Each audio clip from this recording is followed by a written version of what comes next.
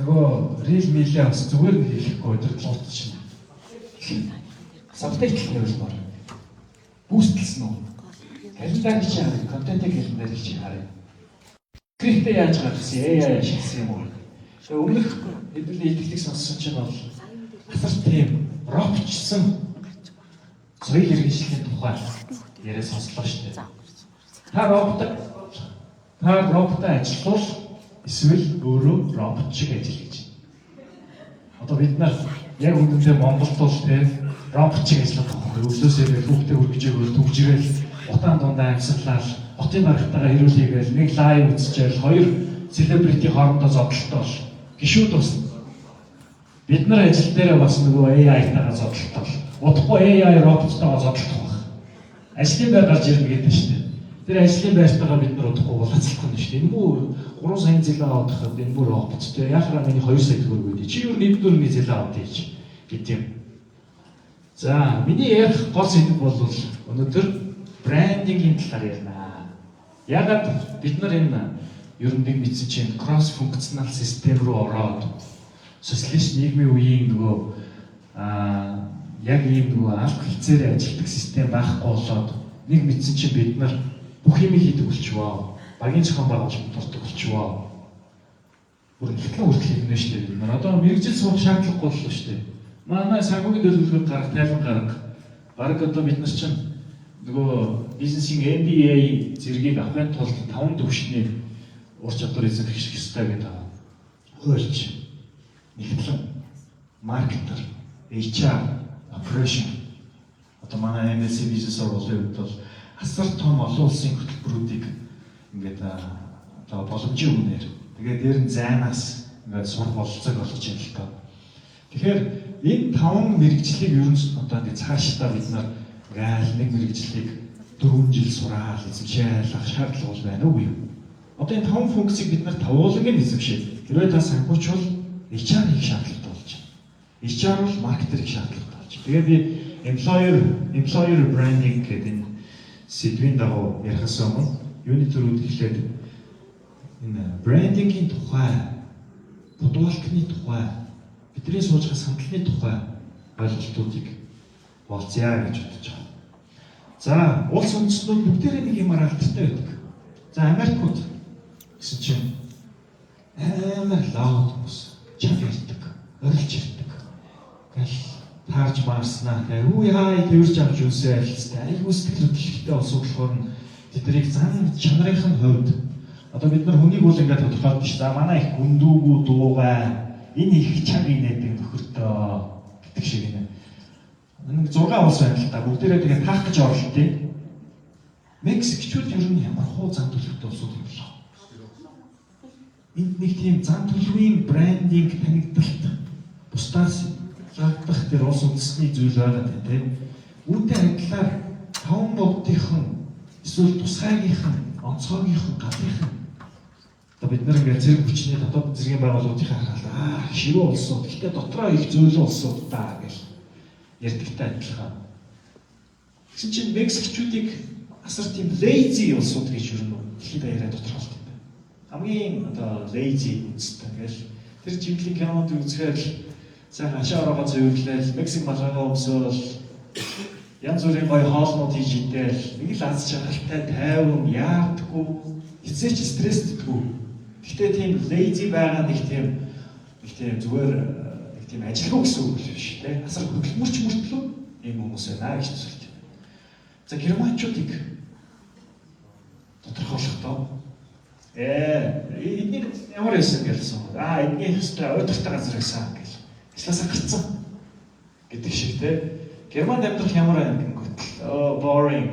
Германчууд өөрсдөө ер нь жоохон boring болсон. Гэхдээ асар прагматик. Тэд нар ер нь бол тийм инженерийн ижил ухаан гэдэг шиг сууд ухаантнууд нэг тийм нойрдүүд юм шиг тийм. Ингээд хөөөнтэй ингээд тийм нээлттэй харьцсан гэсэн юм байхгүй. Эрэгтэй хүмүүсийн хооронд ялгаа байхгүй. Ингээл эмэгтэй гэж ингээд харахаар заавал юм хүн төвчээр ажил хийхгүй мэхгүй. Зүгээр тракторын жолооч хийгээл хүнд юм зүгээр ингээл өргөөл явчихдаг. Тийм нэг араа ондоо нэг юу байх шиг. За уухачууд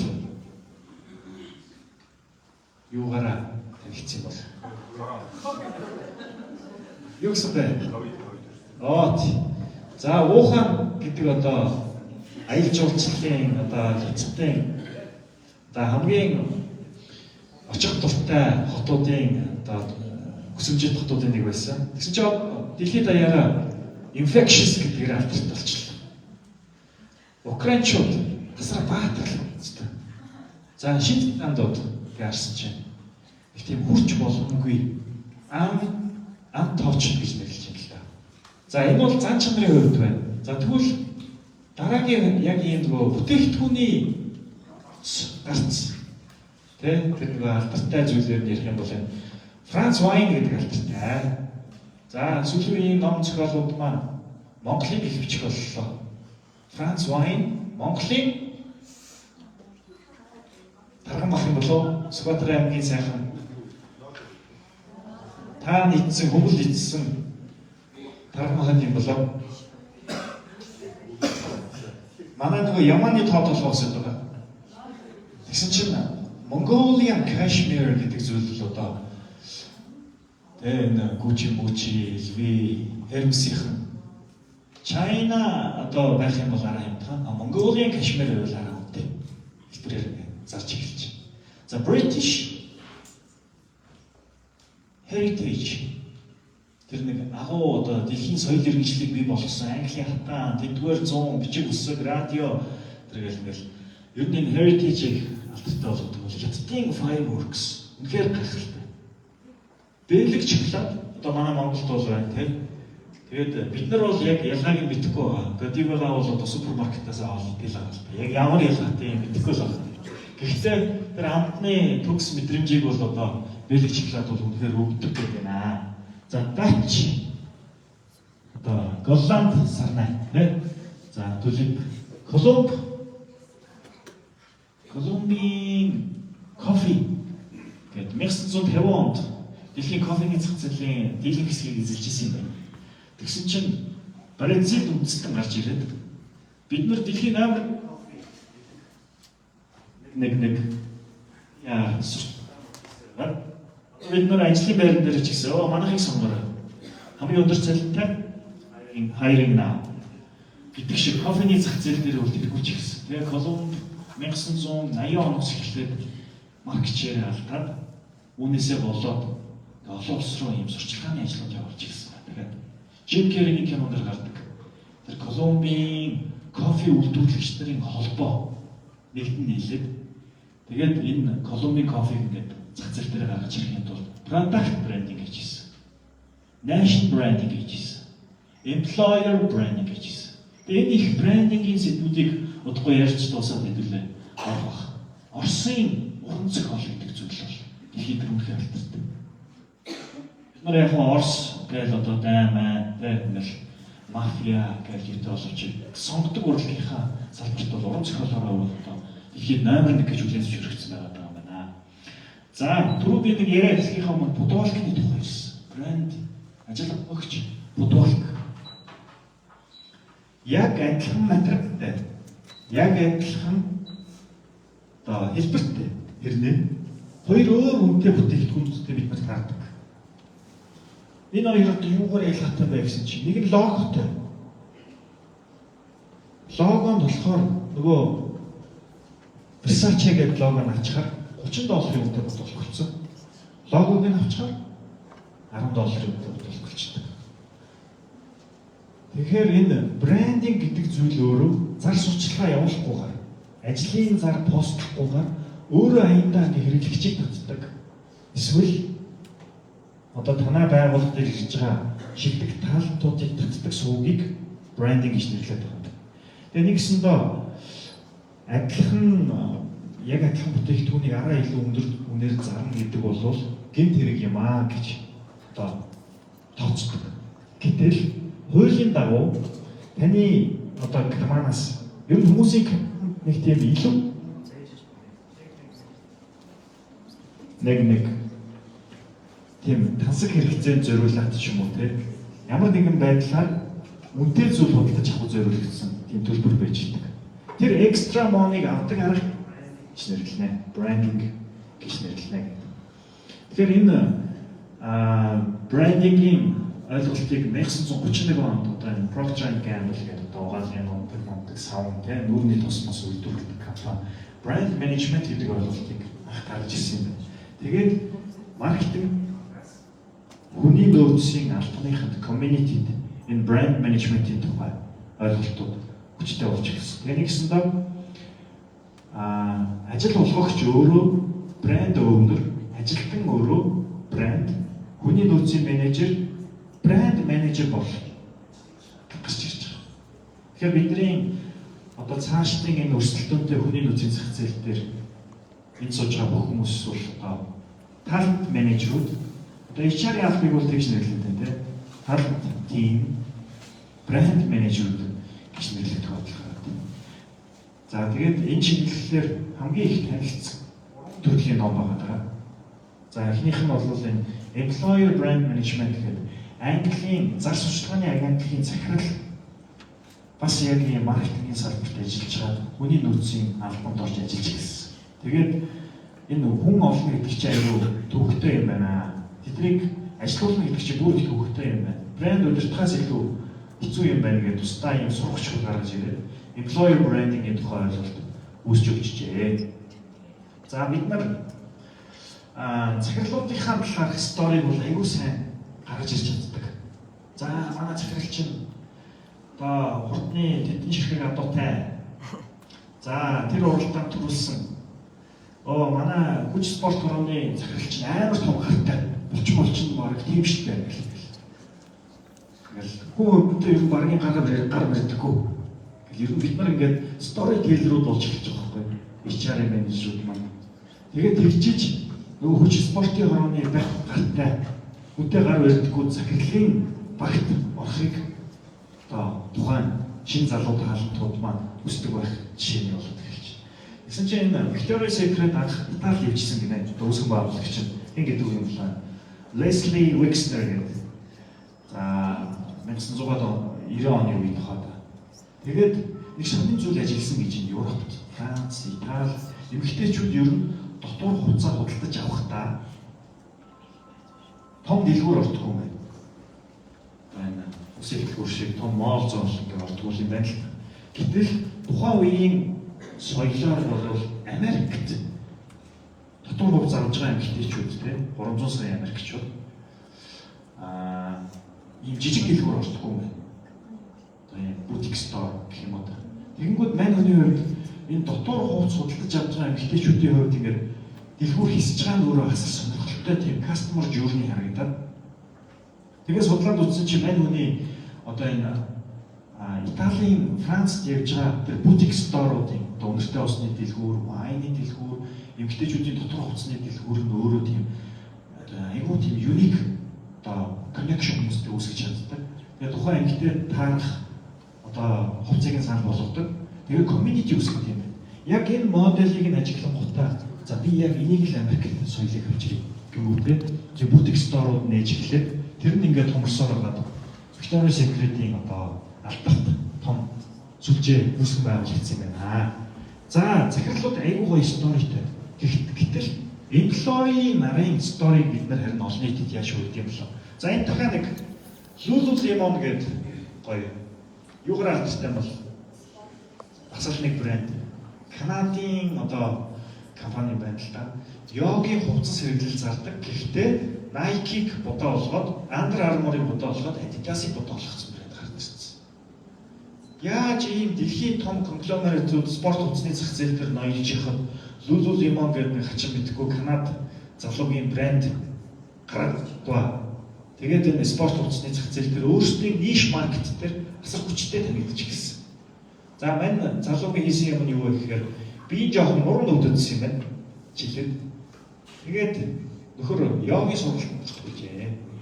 Тэгээ йогтоо явсан чинь нэг тийм хөлсөн татгшлах гэхээр хувцсан цаад болоод материал нь огч таалагдахгүй байсан юм. Тэгэнгүүт мань нөхөр дэлхийн хамгийн гоё материалтай йогийн хувцас хийя гэдэг одоо хөрөнгө оруулагч нарт питч хийгээд тэгээд тэндээсээ Lululemon гэдэг брендийг үүсгэн хүүхдээ байна. Манай дээр одоо юу гэдэг алт хэлтс болгонд ажиллаж байгаа албаны дарга нарыг бол одоо бид нар тайзан дээр гаргаж ирж яриулдаг. За одоо уурхай ажилчин гарын орчин сториг сонсдог болоод. Тэгэхээр энэ үүсгэн байгуулагч нараас энэ personal branding гэдэг зүйл томроод employer branding гэдэг сэдв рүү орж ирж байгаа. За Netflix-ийн үүсгэн байгуулагч залуу нэг ном бичсэн. Тэрийг бас 10 За зөвхөн 10 зарчмын талаар тусад харилцуул. Гэтэ мань хүний стори яаж гарч ирж байгаа гэхээр дандаа сторигоор ингээд зарагдаад явагдсан. $9 үнэлгээтэй кино хүргэлтийн үйлчилгээ нээж өгсөн юм. Тухайн үед чинь Prestock CD тэгээ нэг юм ямар нэгэн байдлаар юм биттэй зүйл энэ одоо миний гарч ирсэн байгаа зүйл шиг юм байл авчиж өгдөг гэсэн. Тэгсэн чинь Америк баяр 100,000 киноноос хүснийгээ сонгоод хүргэлтээр шуудангаар кино авч үзэх нь бол тухайн үедээ бол ингээл блокчейн тийм хүчтэй бизнес гарч ирээ. Тэгээ энэ нь одоогийн технологийн тусламжтай одоо энэ AI утгагүй модноос одоо ингээл хүн болгон хэрэглээл ирэхээр сонир биш бол дөрөвний манай нэг жолооны курс одоо мэргэжил биш болчлоо гэдэг шиг энэ Netflix-ийг бол бид нар одоо хүссэн маш олон кино самбуудаас үзэх боломжтой болчихлоо. За Мактабцын залуугийн түүх гэл одоо харахаар Shake зардаг нэг гар байсан тийм. Энэ HBO дээр кино гараад идэг. Тэгээ Америкийн бүх мужуудаа Shake-ийнхаа төхөөрөмжийг зарах гал түгөө олонний газруудын хаалгыг балбал маш сайн sales manager. Тэгж явж байгаад ер нь энэ Америкийн түгөө олонний зах зээлд хөвсгөлтэй байна. Тэгэхээр энэ болгоны ард бол ийм сторинууд байгаад байгаа. Тэгэхээр бидний HR-ийн мэргэжилтнүүд бол ер нь бол энэ recruitment officer буюу зүгээр хүн ажилд авдаг хүн биш болчихлоо. Хүн хайдаг хүн биш болчихлоо. Эдгээр бол брэнд профешнл буюу storyteller-ууд, content creator-ууд, за цаашдаа influencer-ууд, за communication стратегч нар болох шаардлага бидний бол тулгарч ирж байгаа. За ингэснээр тухайн ажилчдын сториг бид нар олон нийтэд хүргэх, түүнтэй адилхан хүнийг татаж авах зүгээр нэг ажлын зар бити пост гэдэг байна шүү. Тэгээд бусдыг inspire хийх замаар present байгаа хүмүүсийг passion руу авчирдаг хүмүүсийг HR-ийн менежер гэж хэлээд байгаа байна. За дүрмгүй байх дүрм гэдэг энэ номон дээр нэг за манай улсад бол хэрэгжих боломжгүй нэг юм 14 байгаа. За эхний Netflix-ийн ажилчдын компани соёлоо бий болгосон одоо тэр employer branding-ийн дүрм нь дотоод журмыг халаа ажилчдын хамгийн их үзий яддаг зүйлээ. Ер нь одоо дүрм журм гээл бусд юм гараад тэтэд байдаг та энэ дүрмийг зөрчлөө гэх. Тэгэл дүрм журмаа шинжлэхээ манай дээр нэг юм асуудал гарчлаа гэл. Яг үнэндээ дүрм журм юу ч өөрчилж чаддаг юм байна. Ажилтны майндсетийг бид нар харин өөрчлөх ёстой. Тэр тохиолдолд заавал энийг болно болохгүй гэдэг зүйлээ бол орчин үеийн байгууллагууд бол хийх нь бол одоо хоцрогдсон зүйл юм аа гэж үзэж байна. За дараах нь байгууллага доторх хяналтыг сулруул. Аль болох хяналт битий 50. Тайлбараа 5 дахь ороо одоо явуулаад нэгтгэхэд одоо 9 оныхаа төлөвлөгөөг явуулчих. Хяналтаар биш принцип буюу зарчмаар өдөрт гэдэг дүрмийг гаргаж ирж байгаа. Одоо дүрмгүй байх дүрмийг гаргаж ирж байгаа. За амралтын хугацааг түрүү чатботоор надад хэд хоногийн ээлжийн амралт үлдсэн байгааг харсан тийм. Тэгсэн чинь Netflix бүр амралтын хугацааг байгууллага дотор хязгааргүй болгочих юм. Одоо тийм боломж байна уу одоо бид нар хязгааргүй амралтын бодлого баримталт юм байна. Silicon Valley гэдэг одоо хэсэгт одоо хүний санаанд оромгүй тийм хүний нөөцийн дүрмүүдийг баримталж байна. За нөхдүүд эхлээд хаалт тиймээс нь ер нь бүгдээрээ амралтын хугацааг хязгааргүй болгочих. Яагаад гэсэн чи амралтаасаа орж ирсэн хүн хамгийн супер санаануудыг гаргаж ийн гинэ. Тэгэнгүүт аль болох их амраа гэдэг зарчим гаргацсан. Тэгээд энэ зарчмаа гаргаад нээлттэй болгосон чинь жилд 21 хоног амардаг байсан хүмүүс дунджаа огт амархаа болж эхэлж байна. Улам ажилдаа дуртай болж эхэлж байна. Эсрэгээр та амралтаа гүйлгүй ажилланаа гэж хүрээд ирсэн. Тэгэхээр одоо энийг одоо бид нар байгууллагуудаа хэрэгжүүлэх цаг босноо уу? Манайхан тэр чигээр амраал болж юм болов. Тэг бараг алга болох баг. Elon Musk нэг тэг мэйл хийсэн байж тээ. сая ковидын үеэр ажилчид нь гэрээсээ ажиллаадсан юм байна л та. Тэгсэн чинь инженерүүд гэрээсээ ажиллана гэдэг утгагүй зүйлээ. Та нар буцаа ажилдаа ор home office гэдэг чинь утгагүй зүйл. Одоо хэрвээ та цалин авч байгаа бол та ажлын байр нэрээсээ ажиллах ёстой гэдэг юм. Админийхаа багийнхны шүүмжилсэн имэйл нь загнасан имэйл юм уу гарч ирж ирсэн. Тэгэхээр бид нар энэ технологийн том компаниудад бас заримдаа итгэхэд хэцүү. Заримуд нь амрал гэдэг, заримуд нь амарсан хүмүүсээ буцаж орж ирж ажиллалтаа гэдэг тийм масар их зөрчилтөнд амьдарч байна. За 5 өдрийн ажилтай байдаг тийм. Тэгсэн чинь ажлын нэг өдрийг амралтын өдөр болгочих юм. 5 дахь өдрийг амралтын өдөр болгочих жоох. Бид нар тийм боломж байна. Төрийн байгууллага, хувийн хэмжлэгүүд одоо удирдлагууд нь бол боож өгөх юм шүү дээ. 5 дахь өдөр бараг тэрэлж яваад байна шүү дээ. 3 он чадвар хэрэгтэй шүү дээ. Netflix-ийн зарчим бол 5 дахь өдөр өөр офис буюу хүссэн газараас ажил. Airbnb-гээр байр түрээслээд Uber-ээр такси дуудаад замдаа Spotify сонсоод чигчээр. Тэгээ очингуудаа Netflix үзгээд байгаа юм. Энэ өөр ажил буюу тухайн хүн 5 дахь өдөр амарчихтаа илүү агс түвшний санаанууд гарах магадaltaй гэж үздэг. Нөгөө байнгын тийм нөгөө энэ зах зээл өөрөө дөрөнгөө байгаа үед эдгээр бол ингээд нөгөө нэг юм баригдсан гэхээсээ илүүтэй тасралтгүй юм шинэ эрэл хайгуулыг шаардлагатай болохоор ийм сонин дүрмүүд хэрэгжүүлж юм ааш. За хамгийн сайн хүмүүсээр бага бүртгүүлээ. Дундаж гүйцэтгэлтэй хүн багт хэрэггүй.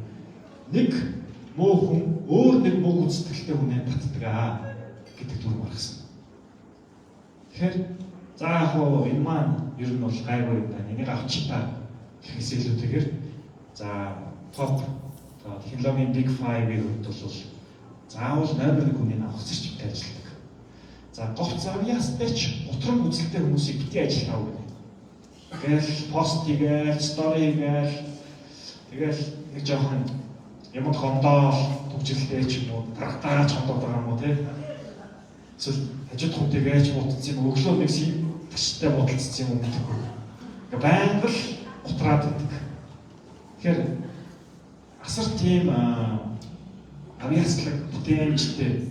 Гэхдээ ингээд нэг л ажил дээр ингээд хөмсгөө зангираа суугаад байдаг. Хөмсгөө тэнэлэгдэх үү? Хөмсгөө зуучаа суугаад байвал ажлаас салах юм байна. Silicon Valley очиод бол. Тэгэхээр ийм төрлийн хүмүүс нь бодлогочтой хэрүүл хийж байгаа бол цахилтаагаа хэрүүл хийх юм байна. Ер нь ингээд хэрүүл игээл яваад идэв юм байна. Хэрүүл хийдэг хүмүүсийг хасах гэдэг зарчим юм шиг байна. Тэр хүн ямар авьяастай байх юм бол хамаагүй. За нэг сайн ажилтдаг, хоёр дундаж гүйцэтгэлтэй ажилтнтай наасаа илүү байдаг. Тэр нэг ийм дүрм байгаа шүү дээ. Одоо full time нэг хүн авчихаар хоёр part time хүн авчиг гэдэг тийм. Энэ эсрэг дүрм байгаа тийм. Дандаа ийм нөгөө бидний сургачдын эсрэг зарчмуудтай. Цагийн бүртгэлийн системийг хал. Ажилчид дуртай үед ярих ёстой. Дуртай үедээ явах ёстой гэсэн чинь хязгааргүй ажилласан юм. Нөгөө хүмүүс баг харихгүй шиг өдөр шөнөж ажилладаг. Тэгэхээр нэг бодлын энэ айгүй асуудал болдог шүү дээ. Өглөө өстэй хуруугаад арах амтчихжээ. Эсвэл ороо айгүй ороодч явсан тийм. Тэгээ энийхээ цалин тооцоогоо бодвол тал явдаг бол цагаар биш бүтээмж дээр суурилсан гүйцэтгэлийг үнэлэх гэж гаргасан. За 10 дугаар зарчим нь шүүмжлэгч бай гэдэг. Манайхан ч ингээл нэг үг хэлчихээр энэ маань гомдчих бах таа гэл. Тэгээ хэлэхээр хитрхи персонал болгочих гээд байдаг. Честэ өндөр эсрэгтэй хотл өнсөд офис дотор чаг галахад байна. Энд чинь надад таалагдахгүй. Цааны цагаараа чи арга удаан гараад байгаа юм шүү. Эсвэл одоо байгууллага дээр байгаа хүмүүс веб татдаг, чат хөгжим сонсдог. Энэ болгоныг бид нэр төвчээд явахгүй. Заавал та хэлэх хэрэгтэй. Гэхдээ 3T-ийн зарчмыг баримтлах хэрэгтэй. Туслах зорилготой байх. Тэ тухайн хүнд ингээд ямар нэгэн байдлаар туслах зорилготой. Тусган авч хэрэгжүүлэх зорилготой байх. Нөгөө хүн нь за нэр тийм байна. Sorry. За би яг ингэж яа. Тэгвэл саад болоод байгаа бол хийчихгүй гэж. За би 3T-ийн битгч нөгөө тэмдэглэлээ ийшээ оруулж ирсэн. Тэгэхээр та бүхэн боломж гарвал энэ дөрвөнгүй байх дүрм гэдэг Netflix-ийн зарчмыг олоод энэ шүүмжлэгч байх гэдэг нь бол бүр номын тал. Энийг ойлгосон хамгийн том зүйл. Тэгээд 3 дахь легийн зарчмыг та бүхнийг өөрсдөө зоолоосаа гэж хүсэж байна. За маркетингийн сурагчид дээр ийм 2 төрлийн маркетинг байдаг гэж гарч байна. Internal marketing, external marketing. За external гэдэг нь болохоор нөгөө олон нийт рүү цацаад байгаа сурчлагын ажлууд хэлээд байгаа. Бүтээгдэхүүний, байгууллагын, манайх юм урамшуул зарлалаа, кэшбэктэй боллоо. За та дансаа 30 ГБ-аар зэниглүүл хаянаа нэглэх боломжтой тийм тасралтгүй явдаг. Тэр нөрөө амар том багтай. Гэтэл internal маркетингийн бүтэц бүрэлдэхүүн, төсөв, тэр хэрэгжүүлэх ажил баг бүрэлдэхүүн байхгүй мөртлөө эцсийн үндэ хүний нөөцийн менежер дээр буудаг. За тэр internal маркетинг дээр явагдах ёстой гол ажлууд нь бол одоо бид нар ингээл ажлын зар постлдог тийм. Тэр бол advertising болоод байгаа байхгүй. Зар сурчлага болоод байгаа. Гэтэл брендинг гэдэг бол агсан түвшний ойлголт. Хүмүүс өөрсдөө анкет бүгэлдэхэд түрээд ирдэг. Хэрвээ та сайн брендинг бүрдүүлж байгаа юм бол. Тэгээд контентын харьцаа гаргахдаа хүний нөөцийн менежерийн контентын стратеги бол 20% нь л ер нь job posting, hiring, we are hiring, now hiring постууд байна. Одоо ингээд байгууллагуудын юмнуудыг харахаар ч юм бол за гарын орчин аав, инженер аав, ерөөсөө Facebook чинь тэр чигээрээ одоо зарын одоо функц болоод өөрчлөсөн. Тухайн байгууллага бол 80% таараа тухайн ажилчдынхаа тухай сонирхолтой storytelling-ийг гаргаж ирээч гэж хүсдэг.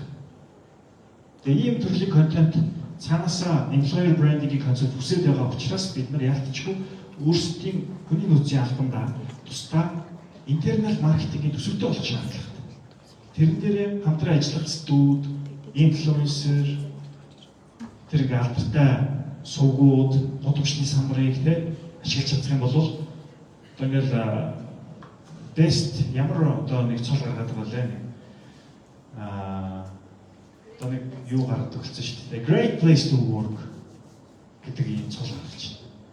Тэрийг ингэж өөрсдийнхөө брендингд ашиглаж. Тэр бол энийг ч ажилд авах магадлалаар бол пост хийсэн агуулга биш. Тэр бол илүүтэй employer branding-ийн контент руу орж эхэлж байна. За personal branding гэх харахад одоо бид нар ер нь бизнесийн байгууллагуудыг баг хүнээр нь мэддэг болсон. Томьёогийн байгууллагад ажилд орно. Яа тийм хөтөл. Миний шүтэн биширдэг ингээд гоё инфлюенсер Америкт ажиллаж байгаад ирсэн те. Санаанаас $1 сая номын зохиолч шиг ажилладаг юм аа. Гэдэг. Түүний Victoria's Secret-тэй адилхан. Одоо Монголын компаниуд бүгдээрээ дандаа ардаа нэг хүнийг personal branding хийдэг. Тэр хүн нь өөрөө од болоод бусдыгаа татдаг. Одоо цагдаагийн ерөнхий газрын лайвуудыг харахаар сүүлийн үед чинь дандаа гоё цагдаа нар гарч ирээд байгаа юм. Царайлаг залгчууд гарч ирээл. AI ч юм шиг баг. Тэгээ баг фильтр тавьж байгаа Instagram-аа эзэм үү? Өсгөчүүд нь бүр юу вэ? Ирж араа ир тэ. Тэгсэн бүртлээ өвчний дасгал мосгол гэдэг амар спортлог эмгтээчүүд байгаа байхгүй. Тэгээд employee branding хийж чадахгүй бол ядаж personal branding хийлдэй гэдэг.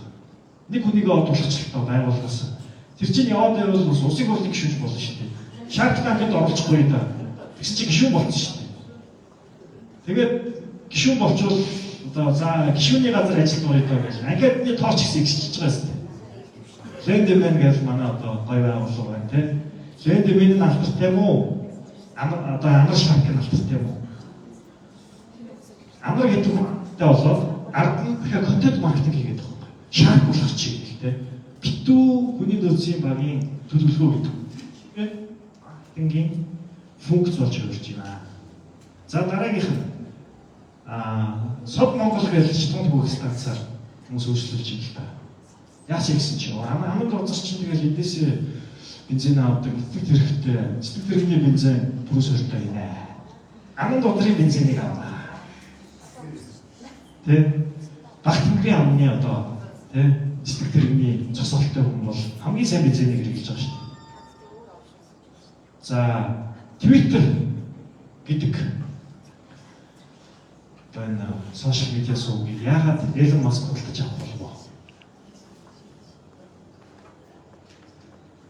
Энэ бол одоо personal branding-ийн чиглэлийн талбар өөрийгөө олох боломжтой. Тэгээд Twitter-ийн үнэлгээ 10 сая доллар байсан чинь Elon Musk худалдаад авсан чинь үнэлгээ 40 сая доллар, 40 тэрбум шүү.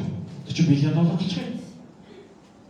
Гарахаар энэ personal branding ч өөрөө corporate branding гэдэг ингээд аюул хүчтэй нөлөөлдөг. Байгууллагынхаа удирдлагуудыг болж өгвөл маш сайн personal branding-ийг гаргаж ирэх шаардлагатай болдог. Тэгвэл бидний баг Elon Musk-ийн Twitter-ийн X-ийн үнэлгээ өсчихөөр ажилтны цалин өсөхөд давалдаж өсгөөд шүү дээ. За Богот resort яг очоор сүлжээ байхгүй. UB2 өнгөрөөд тэр л хотел өнгөрөөд цаашаа 3 гол хатлаад очсон чинь амар resort. Гэхдээ яадаг resort юм бэ? Богот юм уу? Гэхдээ хүмүүс нөгөө бугатаад мэдтгүү corporate branding-ээр мэдхгүй шүү дээ. Нөгөө personal branding-ээр мэддэг. Нөгөө боссын нөгөө дэш нөгөө төрийн 3 өндөрлөгийг тэр нууц хүний хэлтэй газар. Тийшээ л очиж цай сүдэт цай хуушуур идчих тул өстой хямар сэргээл авчиж байгаа байхгүй. Манай улсын манлай хүн байна да тий. Тэгэхээр ингээд сонсохоор зүгээр Facebook дээр явж байгаа бүүстийг харахаар Богот resort мөрсөн тэгэл $100 бүүстийг харахаар нэг тийм хол юм байна, гол бус гатлах юм байна, чирүүлэх юм байна, дунд нь тэрхчийн ус цөмөрчүүл яа. Тэгээ одоо чинь ингээд зүд өрөхгүй. Тэгээд 60 сар гатлалт юм билээ. Том машинаар зөөд юм билээ. Машинаа наан парклна. Шүнд хулгай чи билээ хадгалчуул яа. Гэхдээ тэр хүн Apple утас судалж авахыг хүсэж байгаа шалтгаан Samsung-аас тийм шилүү биш. Камер нь одоо Huawei-с тийм шилүү биш. Гэхдээ Apple байх нь rich харагддаг гэх юм. Apple авах гэж байгаа шалтгаан юу юм бэ? Чи ингээд илүү юм шиг шүү дээ. I look rich.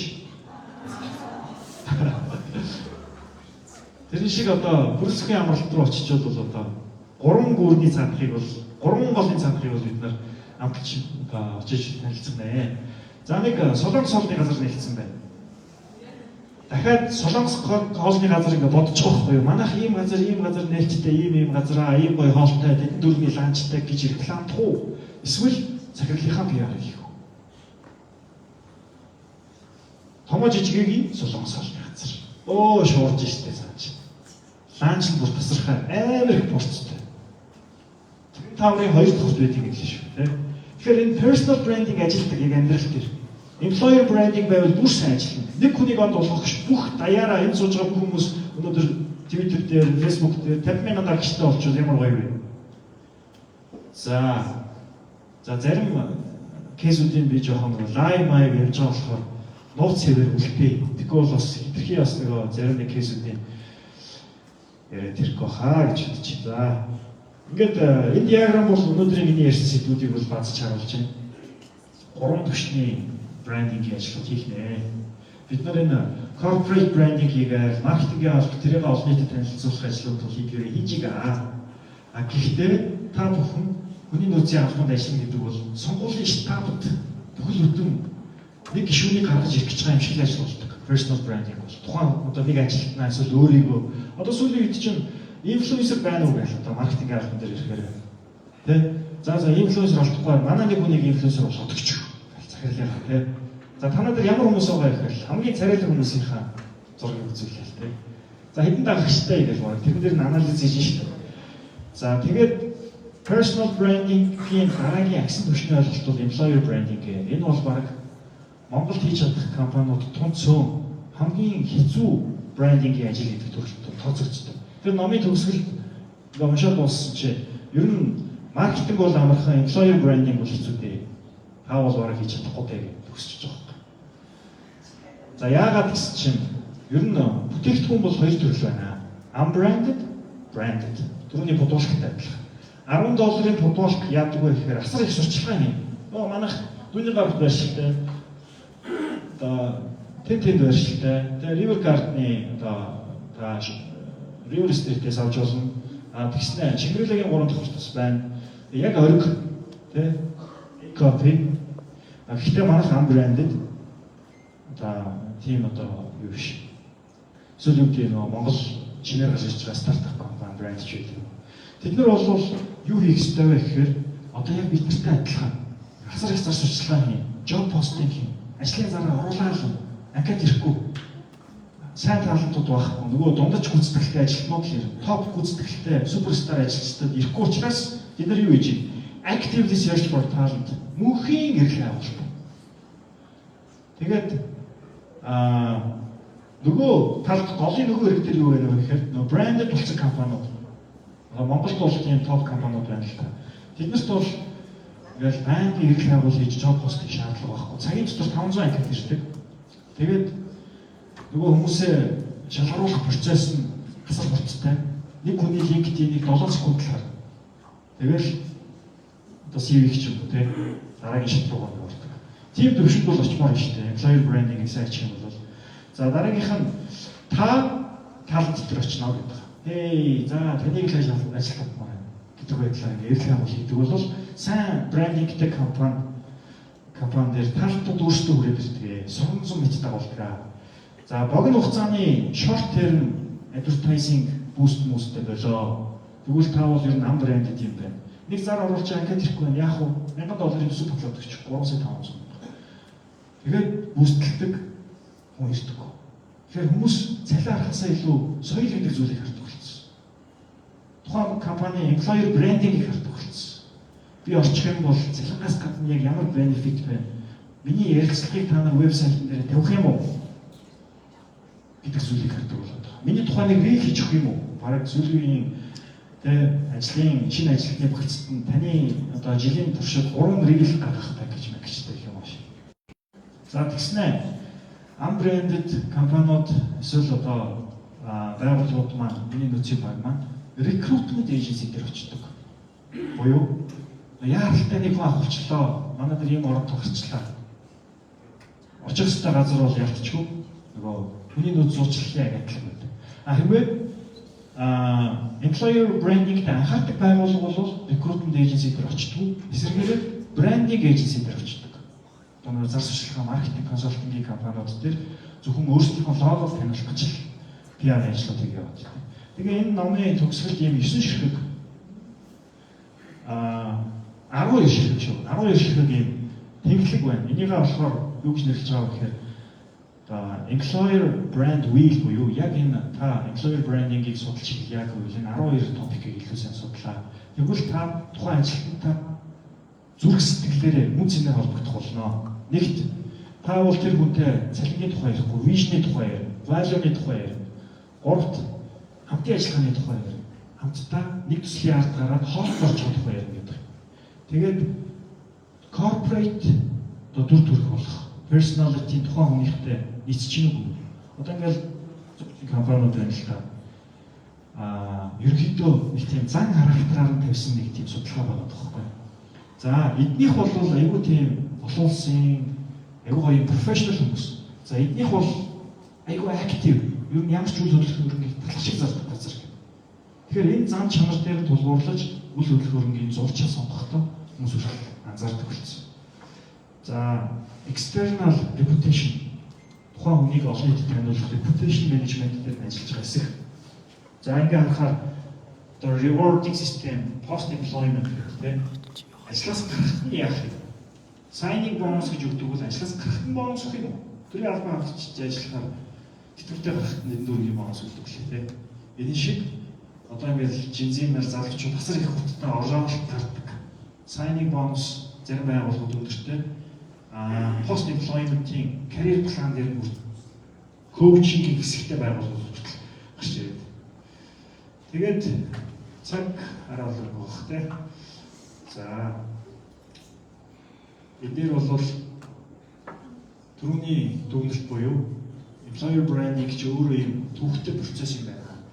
Дор хаяж 5 хүнтэй баг ажиллах хэрэгтэй байна. Тэгээд удирдлагаасаа зөвхөн HR-ийн одоо сургалтын, амралтын газрын, гадаад аяллаа төлөвлөлтийн зардал төлөхөөс илүү хүний нөөц дотор employer branding-ийн төсөв бодлого төстэй байна гэдэг.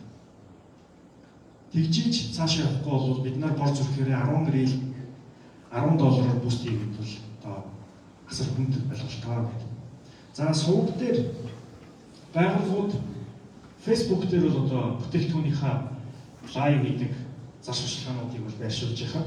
Twitter дээр хамгийн сайн personal branding явуулдаг бол LinkedIn дээр employer branding гэжлүүд хамгийн сайн гэж. За жижигхэн судалгаа авъя. За LinkedIn-ийн одоо медиа channel дээр та бүхэн хэрэгтэхтэй байдаг вэ? За яг аккаунтаа нэгээд сүүлийн 1 сар ядаж өөрөө чеклээд сүүлийн 1 жилдээ нэг удаа пост хийсэн хүмүүс нь гараад ирсэн. Нэг хоёроо дөрвөн зааруулахгүй. Тэгэхээр бид цаашдын яг энэ employer branding дээр яг ч олол юм уу? LinkedIn-ийн функцүүд яг HR-уудад зориулсан health systemтэй, job posting-тэй. Тэгээд бүх хүмүүсийн CV-г ингээд та баг ингээд ороход үзээ. Өчтөө ороо байж. Тийм учраас та сүүлийн үед би ч гэсэн ингээд LinkedIn-ийг бол болж игэл нэг шираач хаад үзээд байгаа. За энд нэг жишээ авчихсан. McDonald's-ийн жишээ. Customer Value Proposition буюу CVP гэдэг ойлголт маркетингт байдаг. Тэгсэн чинь HR-ийнх нь Employee Value Proposition гэдэг ойлголтыг гаргаж ирсэн. EVP гэдэг. За энэ дээр McDonald's өөрсдийнхөө Value Proposition-ыг 3 зүйлээр тодорхойлсон юм байна.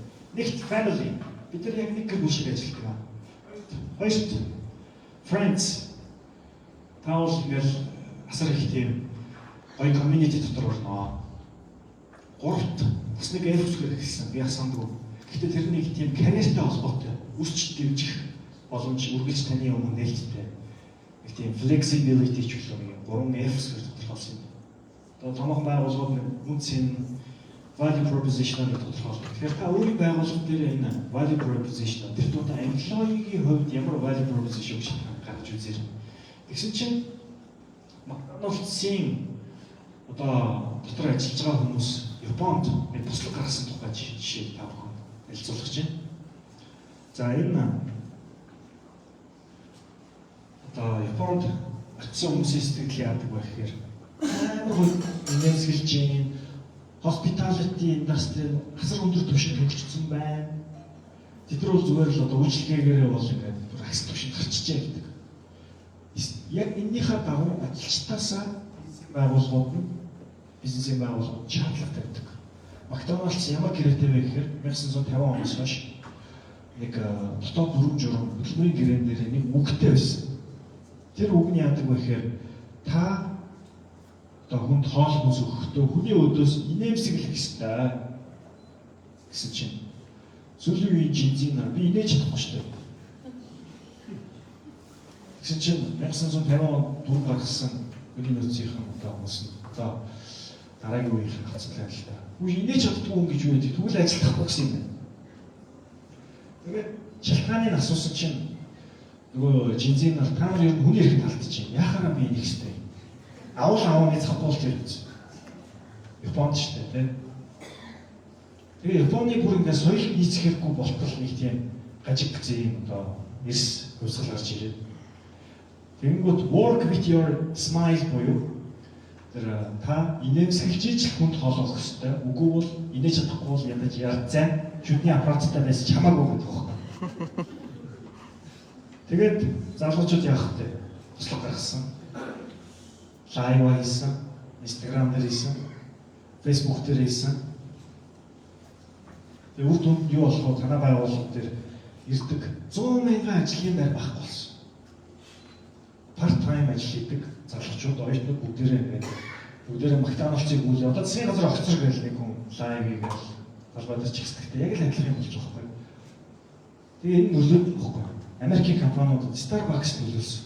Оо, та нар одоо энэ залуучуудын дургуй хүрхээ өсөж.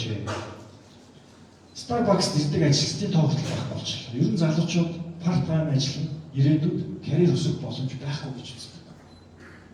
Тэгээ энэ асуудлаас болоод нэг ийм ширээ юм байж байна.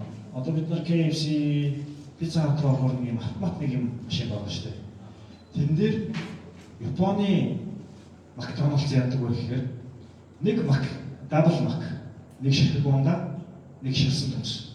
Нэмэхэд 2 ширхэг инээд авъя гэдэг. Тийм сонголт байдаг. Инээд нь өөрөө үн төлбөргүй free. Та хэдэн инээд авмаар нэг 10 инээд гэхэд нөгөө юм шиг сагслал дан 10 инээд. Тэгээд бодлогчдоор очингууд нөгөө хүүхэд нь инээж чадахгүй бол юу гэдэлд орно. Биеийн дээр нь 10 удаа инээж чаддаг гэсэн. Тэгээд 10 удаа инээж гэсэн чинь шүдний аппарат нь унах гад. Ийм амар юм төвхтэй өслөөд л үсэ. Та нар ер нь хүний эрхэнд халтаад байна гэдэг нь бүр арахгүй зүйл байгаа тоххой. Туслах харах нь бараг лайв юмэр байгаа шүү дээ.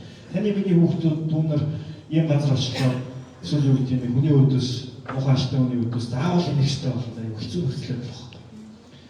Тэгээд залуучуудын хийсэн энэ хөдөлгөөн нь ажил болсон.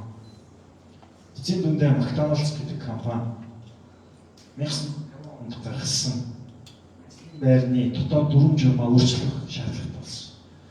Гэхдээ тэрнийхээ өмнө нөхдүүд юу хийсэн бэ гэхээр за тасралтгүй ажлын зараа явуулаад ажиллах болчихлоо байна.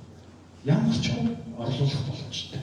Энэ 100,000 залуу олдохгүй бол Филиппинээс 100,000 залуу аваад ирнэ гэдэг тийм концепцүүд яригдчих واخ. Тэгээд нөхдүүд дахиад зурчлаа хийсэн. Нөө брендинг хийхгүй шүү дээ. Employer branding гэдэг зүйл нь эрүүл мэндэнд доолтцсон. Баг улаан гэрлэсээр сэхэн амьдруулах тэр McDonald's брэнд очиж байгаа байхгүй.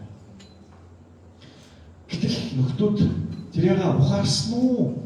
Эс ухаарсан уу? Монголд бол эс ухаараад л ингээл ажлын зараа постлоо гэдэг.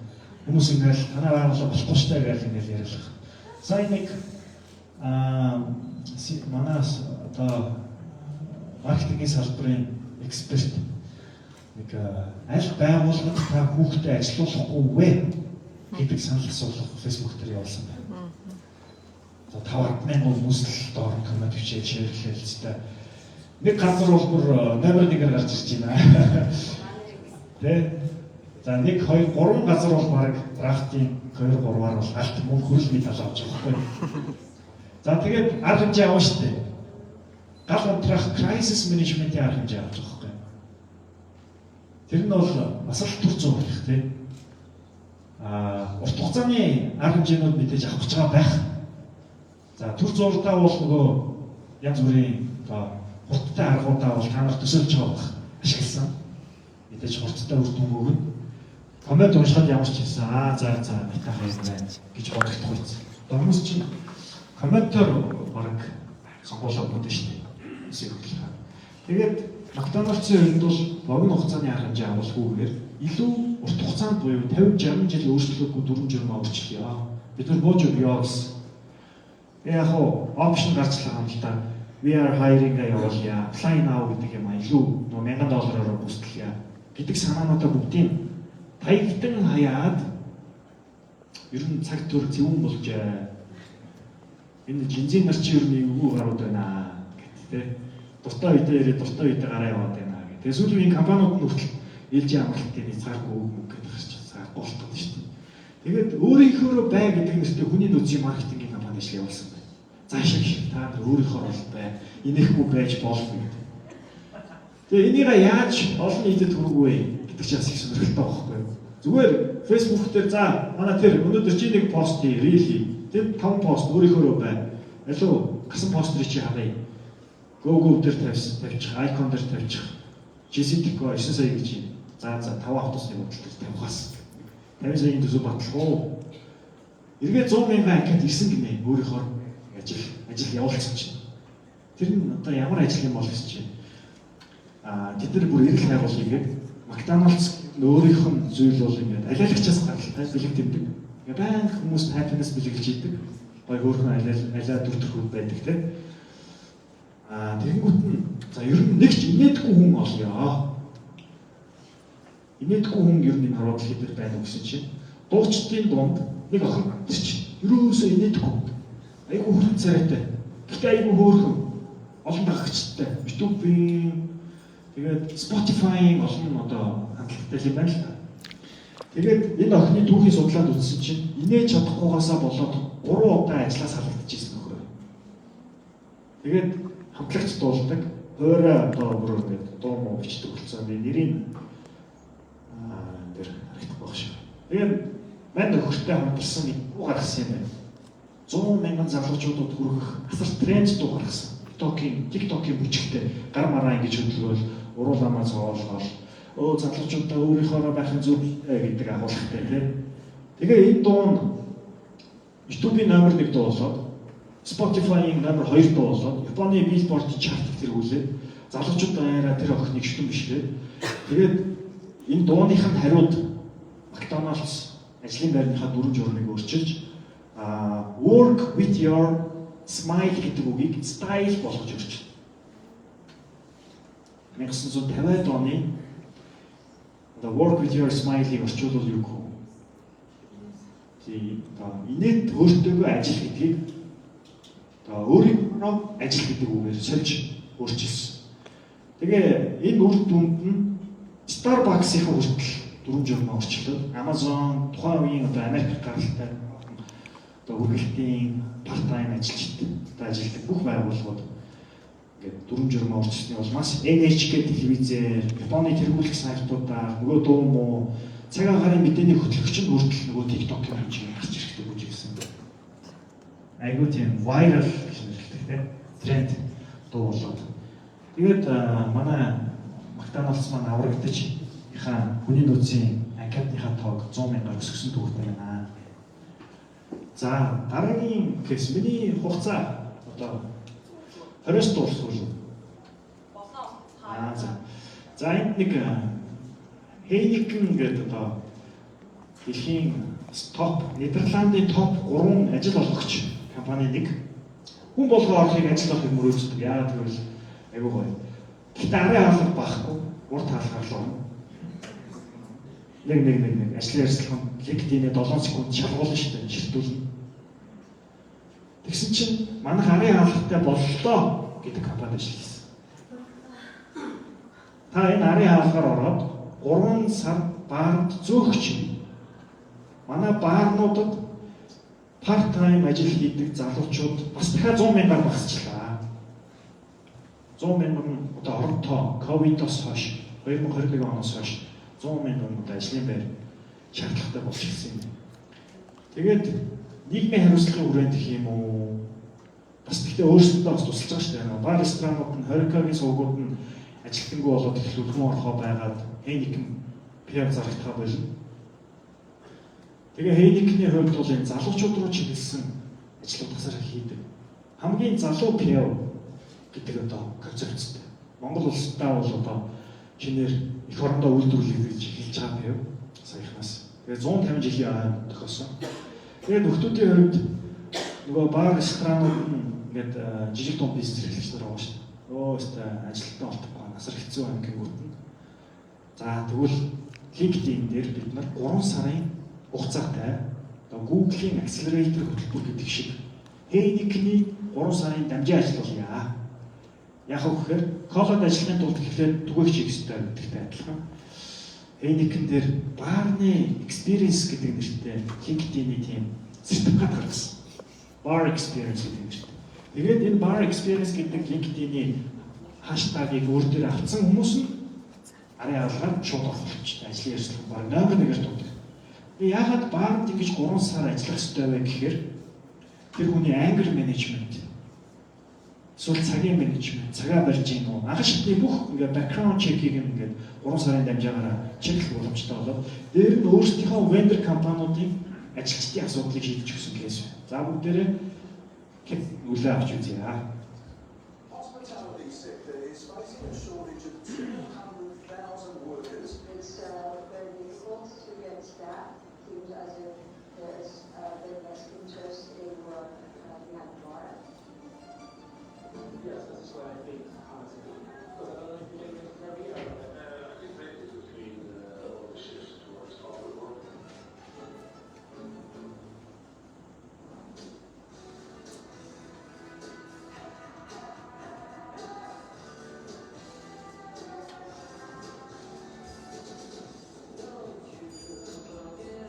First time, Heineken would consider bar experience as work experience.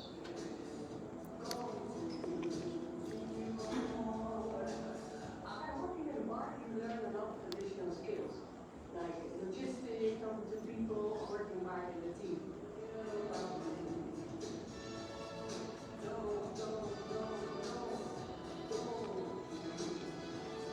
When they post bar experience badge on LinkedIn, we can filter by it, and we know exactly who's got of our experience in Buddha?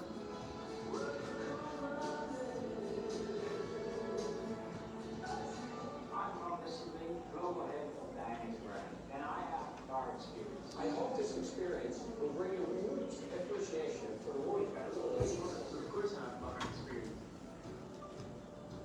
I really encourage other companies to join us.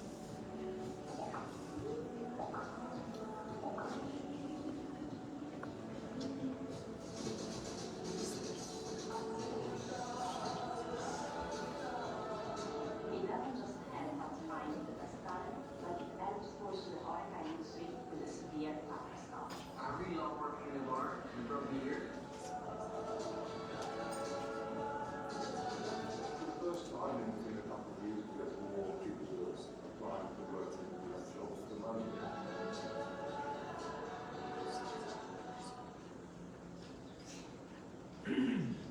За дараагийн жишээ нь ийм эмэгтэй таны жолооч ажил хамтдаж явж байхгүй байсан. Эмэгтэйчүүд бүх супермаркетд ажиллажсэн. Тэгээд нөхдүүд Ирландд 570 эмэгтэй танкны жолоочийг ажиллах гэдэг тусгай албанд ажилладаг хүн зэрэг ажиллах байхгүй. Бас одоо ийм спортын тамирчдыг, эмэгтэй тамирчдыг хэрхэн таргет хийгээд амжилттай компанид ажиллах явуулсан жишээ байна. За энийг та бүхэн интернетээс аваад гарах бах. Тэгээд кейсийг нь алгасчээ. За энэ Японд бас нэг жишээ байна. 3 курсээ төгсөөд яг төгсөлтийн одоо 4-р курстэй гэх юм уу да. Бакалаврын залуучууд маань ажлын ярилцлаганд ордог юм байна. Жилийн өмнө ажлын ярилцлаганд ордог дүрмтэй. Тэрэн дээр ямар нэгэн тийм өөрийнхөө personality-г огт гаргаж болохгүй гэдэг дүрмтэй. Мянган яг ижилхэн охтууд ижилхэн форм өмсөв, адилхан үсээ ардаа боогоо, адилхан өнгийн формтой. Тэгээд эрэхтэй нь бол зангаатай гэдэг шиг нэр. Яг тийм копи паст хийсэн хүмүүс ингэ байдаг. Ийм нийгмийн одоо залуучууд ажилд ордог байхад нэг өвөрмөц компани, госорны компани хэрхэн сонирхолтой ажлын ярилцлага хийсэн тухайга хуваалцаад тэр нөрөө вайрал болж олон ангид тавьсан тухай жишээ байна. Яасан гэхээр одоо ажлын ярилцлаганд орохдоо бид нэг сонгож шалруулалтыг таны гадаад төрхөн дээр тулгуурлаж сонгож шалруулалтыг хийнэ гэсэн юм. Тэгээд хүүхдүүд мейкапаар одоо юу гэдэг нүрээ буудаад, умсаа устгуулад, өссөн хувцас өмсөөд Япон ийм сонин ажлын ярилцлаганд орсон тохиолдолд энэ нүрээ бас ажилтнаа олон нийт төрсөн юм. За ингээд төгсгөлтөнд өгнөд хэлэхэд employer branding бол өөрөө яахаар асар төвөгтэй процесс. Маркетингийн функц болоод байдаг. Internal маркетинг гэж явдаг. Тэгэхээр та бүхэн маркетингийн албатайгаа илүү ойр ажиллаж ирээдүйд орж ирэх employer attractiveness-а өсгөж. Тэгээд тухайн орж ирсэн хүмүүсийнхаа commitment-ийг нэмэгдүүлж. За turnover rate гэдэг удаан ажиллах хугацаа. Тэрийг нэмэгдүүлээд бүр цаашлаад тухайн төрийн байна уу, хувийн байна уу, одоо төрийн хүмүүс байна уу тийм. Тухайн байгууллагын гүйцэтгэлийг нэмэгдүүлэх хамгийн чухал алхам шүү. Тэгээд эдгээр санал болгосон 3 номыг бол одоо уншаад үзээрэй гэдэг өнөөдрийнхөө сургалтыг өндөрлж байна.